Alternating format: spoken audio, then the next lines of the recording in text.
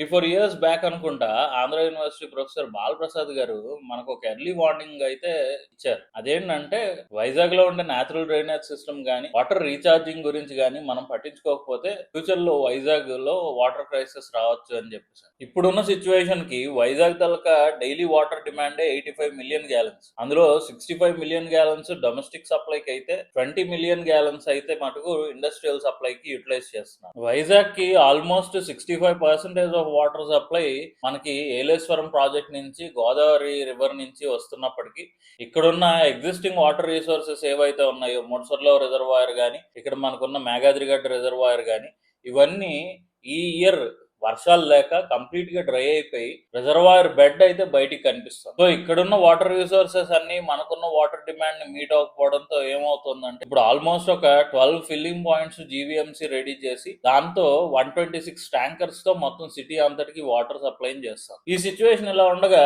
మనకి ఇప్పుడు ఆరిలోలో 500 megawatts data centre ఒకటి రాబోతోంది. ఇంత హైపర్ స్కేల్ ప్రాజెక్ట్ కి ఎంత వాటర్ ఆ సర్వర్స్ ని కూల్ చేయడానికి కావాలో ఒక్కసారి ఆలోచించండి. ఒకవేళ ఇలాంటి ప్రాజెక్ట్స్ వస్తే అక్కడ ఆరిలోలో కానీ ఇటుపక్క వస్తే మన సింహాచలం ఏరియాస్ లో కానీ అక్కడ ఉండే గ్రౌండ్ వాటర్ యాక్విఫర్స్ అన్ని కంప్లీట్ గా డ్రై అయిపోయే అవకాశం ఉందని ఆల్రెడీ కొన్ని ఎన్జిఓస్ అయితే మనకి సిటీలో చాలా ప్రొటెస్ట్ అయితే చేస్తున్నాయి. సో వీటికి సొల్యూషన్స్ ఏంటంటే ఇప్పుడుండే ప్రతి ఇంటికి ఒక గ్రౌండ్ వాటర్ రీఛార్జ్ పిట్ అయితే అరేంజ్ చేసుకోవాలి, వాటర్ ని రీఛార్జింగ్ చేసుకోవాలి. అండ్ ఇలాంటి హైపర్ స్కేల్ ప్రాజెక్ట్స్ కి జీరో లిక్విడ్ డిశ్చార్జ్ అనే కాన్సెప్ట్ ని స్ట్రిక్ట్ గా ఇంప్లిమెంట్ చేసుకుంటే మనకి ఎక్కువ వాటర్ యూటిలైజ్ అయ్యే అవకాశం కూడా ఉండదు. ఈ వీడియోలో ఇచ్చిన ఇన్ఫర్మేషన్ మీకు యూస్ఫుల్ అనిపించి మీకు నచ్చినట్టయితే మీ ఫ్రెండ్స్ అండ్ ఫ్యామిలీ మెంబర్స్ అందరికి షేర్ చేయండి. వైజాగ్ ఇప్పుడు ఎంత వాటర్ స్కేర్ సిటీలో ఉందో తెలుసుకోండి. మన వైజాగ్ వాటర్ రిసోర్సెస్ ని ప్రొటెక్ట్ చేద్దాం, మన వైజాగ్ సిటీని సేవ్ చేసుకుందాం.